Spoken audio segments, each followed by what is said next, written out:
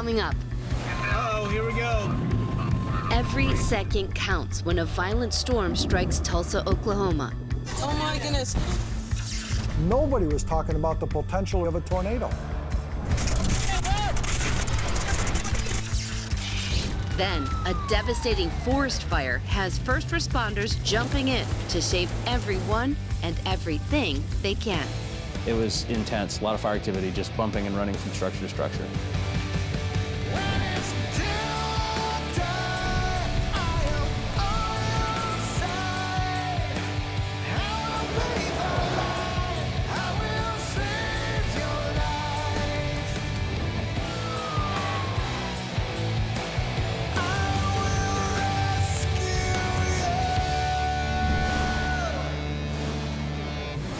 Nestled in the northeast corner of Oklahoma, Tulsa doesn't get as many tornadoes as you might think. It's surprising because Oklahoma overall is the state that ranks third for the most twisters each year. So on a seemingly normal summer night, many were stunned when an EF2 tornado emerged out of the darkness and struck right in the heart of downtown. Situated on the Arkansas River, Tulsa is the second largest city in Oklahoma. Although it's a major metropolitan area, it still retains a small-town feel. On any given summer night, you can find people enjoying a backyard barbecue, catching a movie at the drive-in theater, or strolling along the Tulsa Riverwalk. But as it turns out, the night of August 5th, 2017 would not be as peaceful. As the sun set that evening, Celia Daniel took the opportunity to meet up with a few friends. On this night, she also brought along her 9-year-old son. It started raining, and we all decided to go to a restaurant. I had my middle boy with me. There was probably about 10 of us there. While the storm clouds put a damper on their evening, the last thing on anyone's mind was a tornado. After all, it was midsummer, well beyond tornado season. Typically, sirens would go off from National Weather Service or Tulsa Area Emergency Management to warn us. They're actually designed for when people are outside. It gives people some advance warning to go to shelter. Initially, that was the reports that we were getting, that it possibly was a microburst. Lasting from a few seconds to a few minutes, microburst downdrafts are sudden, concentrated downward bursts of wind. Once the wind hits the ground, it spreads out in all directions. Often, gusts exceed 100 miles per hour. But on this night, the storm wasn't a microburst, but actually a tornado, and it struck before any siren could be sounded. There was no advance warning, and earlier in the day when they said there might be a thunderstorm, nobody was talking about the potential or possibility of a tornado. Unaware of the looming danger, Celia and her group decided to order some food at the restaurant and wait out the storm. We were all checking out, fixing to get ready to leave. Well, when I turned around, it was pouring down rain. I love lightning storms and rain and stuff like that, so I pulled my phone out and started recording. Oh my goodness. We noticed that things were like moving across the parking lot, like it just started raining like really, really heavy.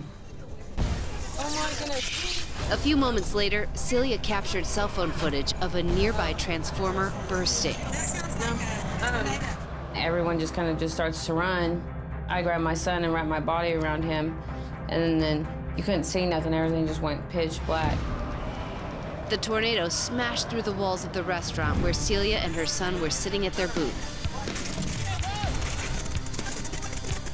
And then just not even seconds later, something came through the window and hit me in the back of the head and launched me and my son across the restaurant. I thought it was like in a dream. I kept hearing my son screaming. Security cameras at a nearby business caught the sheer ferocity of this tornado. I didn't even realize how badly I was injured or anything like that. The only thing I cared about was getting my son to safety. One of the waiters noticed my right arm. I was just bleeding out. So he took his shirt off and packed it into my arm. Celia needed urgent medical attention. Luckily, the firemen of Station 25 were ready and on their way. But Celia was losing consciousness fast. My body was literally just going right then and there. I remember them telling me, no, we're gonna get you out of here. Probably not even 10 minutes later, like, here's the fire department. They don't stop to think about it. They run in knowing that someone was inside the restaurant that was in dire need of their help. They ran at their own risk, at their own peril, to get her out. She was a load and go. We got her loaded up and she was on her way to the hospital. But no one knew yet the true extent of Celia's injuries. Coming up, will the first responders be able to save Celia? I remember the doctor coming in and telling me, "You're lucky you're not paralyzed or even dead." And with their lives in shambles, how will the people of Tulsa rebuild and recover? I don't know how we're going to deal with this. And later, a raging wildfire threatens the lives of the most defenseless creatures. When we looked down and saw this little fawn, there was no way we were going to leave that deer there. But first, here's a tip on how you can be better prepared for a disaster. If you or your loved ones have been involved in a natural disaster, understand that the emotional toll it takes on an individual can be extremely devastating. But there is hope. Children and older adults are more at risk, so don't neglect the emotional needs of those around you. Everyone experiences emotions differently. Focus on the here and now, and that you will get through this together. Your health and those around you is of paramount importance. Tomorrow will be better than today.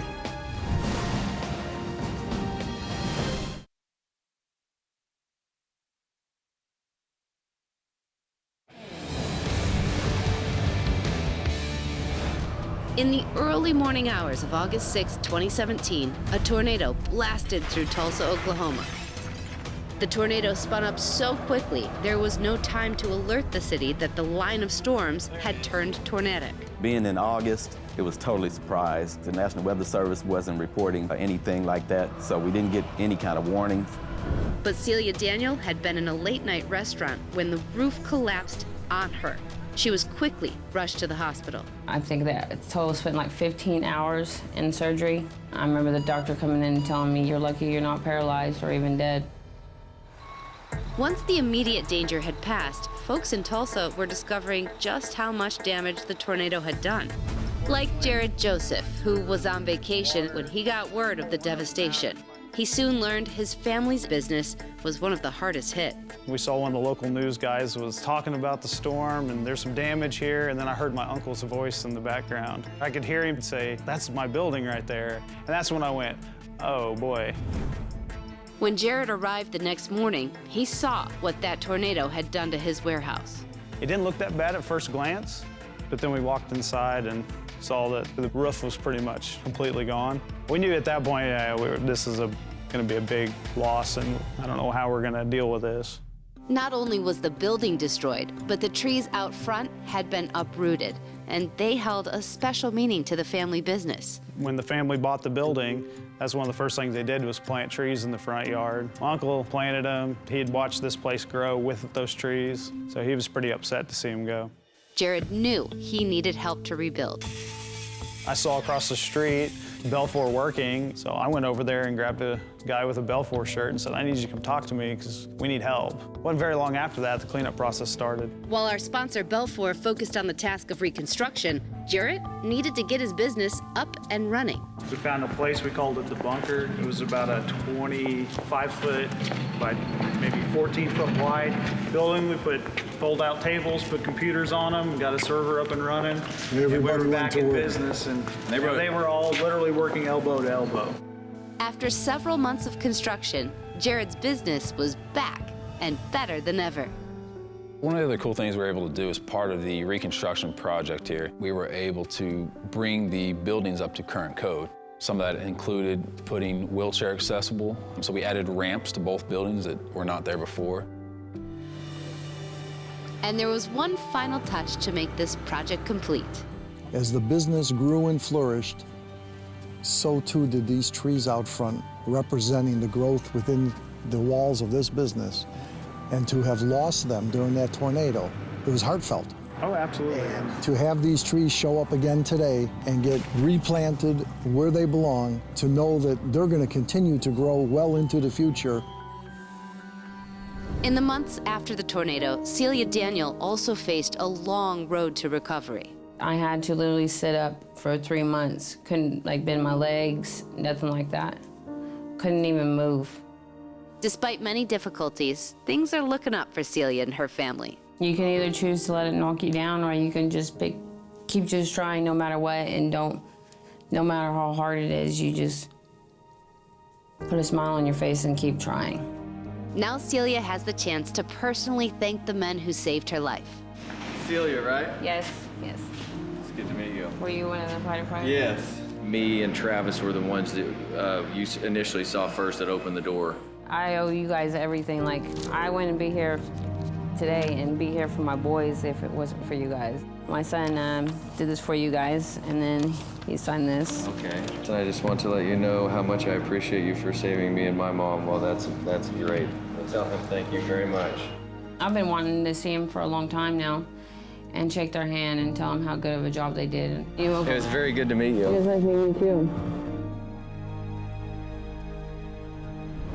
Coming up, when a devastating wildfire strikes, it's the animals that need rescuing. Telephone poles were on fire, trees were on fire, stuff was falling as we were driving up. It was pretty impressive, the amount of devastation. And later, a medical breakthrough saves the life of a black bear cub. The nice thing is that when the tilapia dries out for the bears, it became like little leather shoes. But first, another disaster safety tip. There is no such thing as a disaster-free zone. Man-made disasters can unfortunately happen at any time. If you live in an area prone to Mother Nature's worst, have a disaster plan in place before, during, and after a natural disaster's occurrence. Practice makes perfect. Having preparedness plans and knowing evacuation routes, wherever you may live, will be putting yourself and loved ones one step closer to a safer future.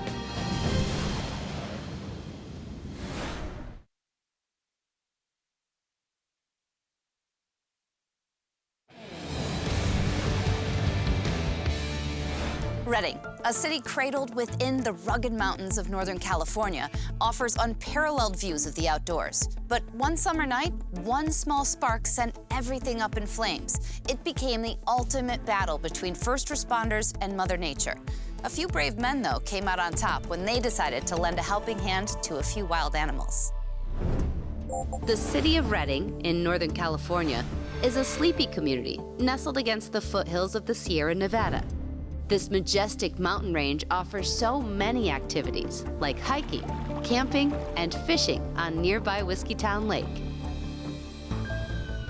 But on July 23, 2018, an enormous wildfire known as the Carr Fire swept through these mountains, destroying more than 200,000 acres. I think fire activity is picking up now, so it's more of the new norm. With California's drought conditions and relative humidities being what they are for as long as they have been, we're going to have longer fire seasons and larger and more intense fires. It's believed the Carr Fire started when a recreational trailer had a blowout, causing sparks from the metal wheel to ignite dry brush on the side of the road. We just had a mechanical failure and pulled over, and then the fire started, and then it just kind of blew up from there. Basically, that whole mountain in front of us was on fire. Seeing on the news, it was really different than actually seeing it in person. The power lines were burning, telephone poles were on fire, trees were on fire, stuff was falling as we were driving up. It was pretty impressive, the amount of devastation. The fire quickly spread, and while the people evacuated their homes, the wildlife had to fend for themselves. Cal Fire engineer Brian Coffey was working to save a home when a fellow fireman literally stumbled upon a frightened animal in desperate need of help. The firefighter tripped over something that he thought was a rock. Then when we looked down and around, we saw this little fawn that was blending in with the grass. The deer was obviously very scared. There was no way we were going to leave that deer there. So I picked the deer up. I had my firefighter get in the backseat of the engine. Brian's first obligation was to fight the fire, so he needed someone to take care of the fawn and bring it to safety. Minutes later, California Highway Patrolman David Fawson arrived. One of the firemen asked us, "Do you have room for a deer to get out of here?" And as he's carrying it to me, he says, "Here you go." And this thing's probably no more than 30 days old. So as we drove down the road, we found an area where the fire already went through.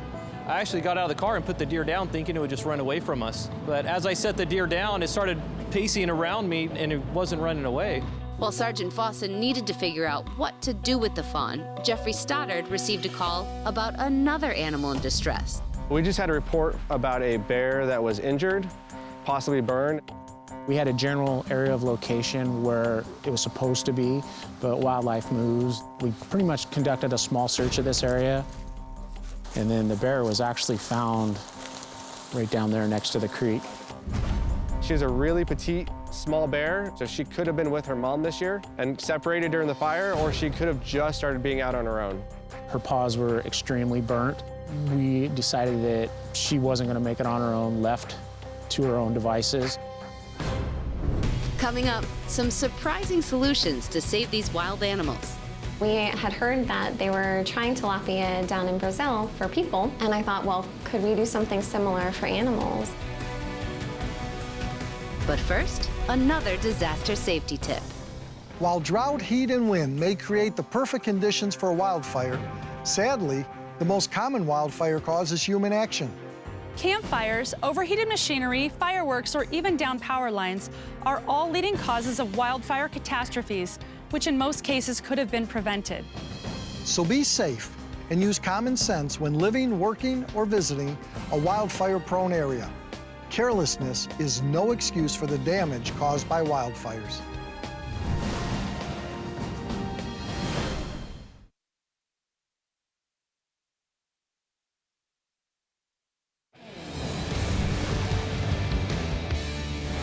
On July 23, 2018, the Carr Fire scorched more than 200,000 acres of land above Redding, California, making it one of the largest wildfires in California's history.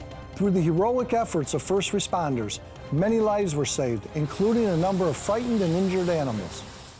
However, workers from the California Department of Fish and Wildlife were now racing against the clock to help an unlikely victim of the wildfire, a young black bear. With severely injured paws, the cub was put under the care of veterinarian Jamie Payton of UC Davis, who was now working on a revolutionary burn treatment. We had to really think about how could we create a bandage that would provide protection, pain relief, and also help with healing. We had heard that they were trying tilapia down in Brazil for people, and I thought, well, could we do something similar for animals? Tilapia is a freshwater fish that inhabit rivers, ponds, and lakes.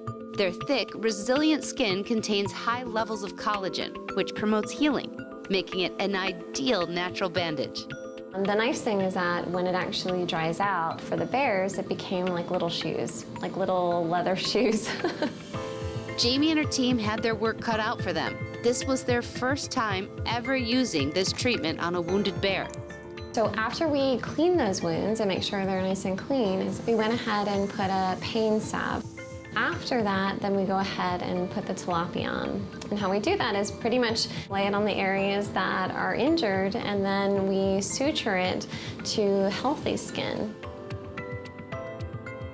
The surgery was a success, and after 6 weeks of recovery, the bear was on the mend and ready to be released back into the wild. What struck me was when we first found her, she was about 45 pounds, fairly small, had been living out here and, eating what she could. And when we let her go, she was, I want to say 75 pounds. So she'd gained within 6 weeks, 30 pounds or so.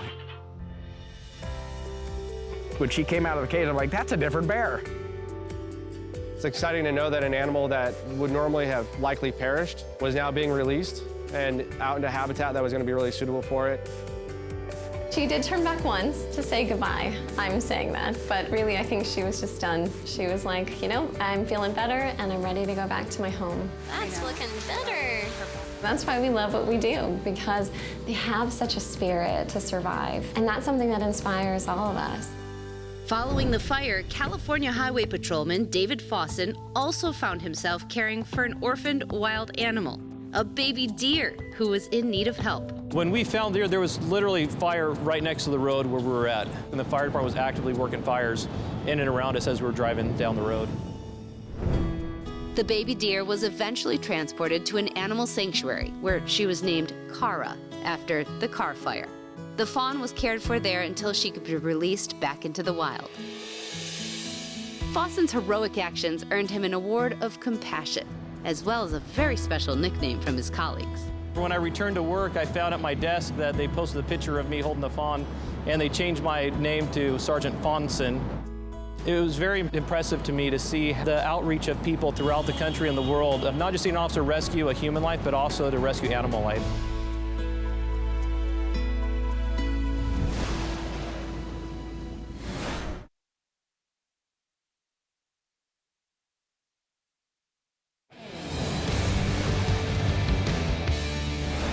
Here, we've seen stories that could have been even more tragic, but thanks to our rescue heroes, they weren't. I'm Ginger Zee, and I'll see you next time.